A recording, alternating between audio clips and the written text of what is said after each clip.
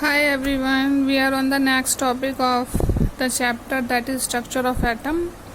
So after the discovery of the nuclear particles, that are electron, proton and neutrons, the Dalton's atomic theory was failed because according to Dalton, the atom was an indivisible particle.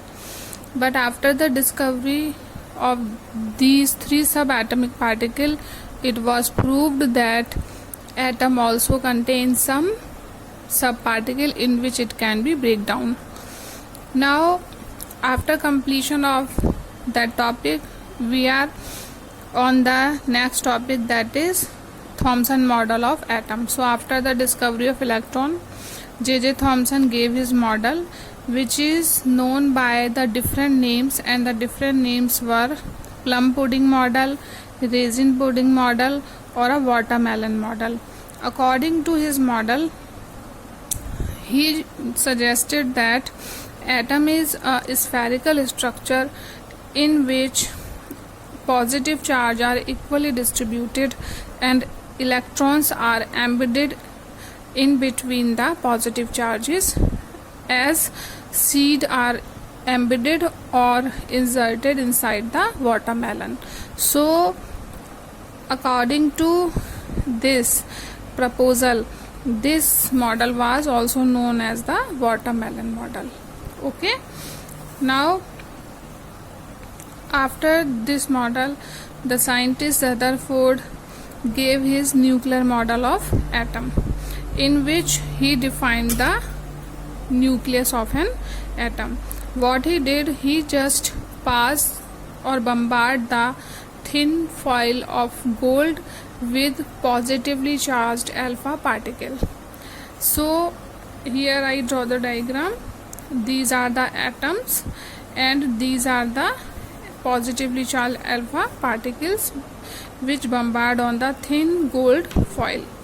So after watching this diagram, what we observe that some of the alpha particle go straight, some very few deflected from its path, and very few just deflected back by the angle of 180 degree from their path. Okay, so we just watching this diagram, we observe these three things.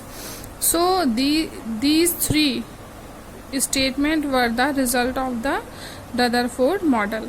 In first, he said that some alpha particle go straight, passed undeflected, small fraction deflected by small angles, and very few reflect or bounce back by the 180 degree. Okay, now after these result, the Rutherford gave some observations. So he just said that if most of the alpha particle go straight, it means an atom has very much empty space around it. So that empty space assists the alpha particle to go straight. Next, when he observed that some of the particles deflected from its path, it means what? There should be something inside the atom which should be negatively charged. That should be positively charged, because like charges repel each other and opposite charges attract each other. So he said that must be positively charged. That is why these positively charged alpha particles are deflecting from its path. Next, after watching or observing the rays which were bounced back from their path, he suggested that there is something very dense inside the atom that do not allow the alpha particle to penetrate through it. So the particle bounce back from its path. It means what? He just observe that nucleus is a very dense and positively charged structure. That is why the positive rays or particles deflected from its path and they could not penetrate that nucleus. Okay, so these were some explanations or results which were given by the Rutherford. Right, now the next terms that we will take, that is atomic number and the mass number. So atomic number is represented by the letter Z and the atomic mass is represented by the letter A. So the number of protons which are present inside the nucleus, that are equal to the atomic number of an atom. And we know, to maintain the electrical neutrality of the atom, the same number of electrons are also present in the atom, which regularly go on moving around the nucleus. So we can say that number of protons are equal to the number of electrons and that are equal to the atomic number. Okay, now what is mass number? We know that proton and neutrons, these lie in the nucleus and electron revolve around the nucleus of the atom. So in the orbitals, so mass number is consist of these two particles, that is protons and neutrons. So it is represented by the letter A. Okay, now what are isobars and isotopes?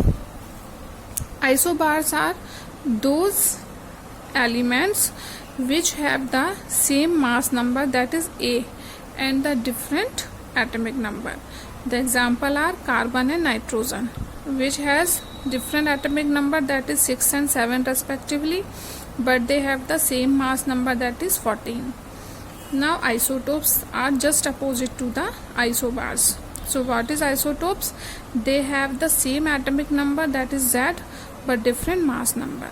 And there are 3 examples of isotopes which I write here. That is, first is the isotopes of hydrogen.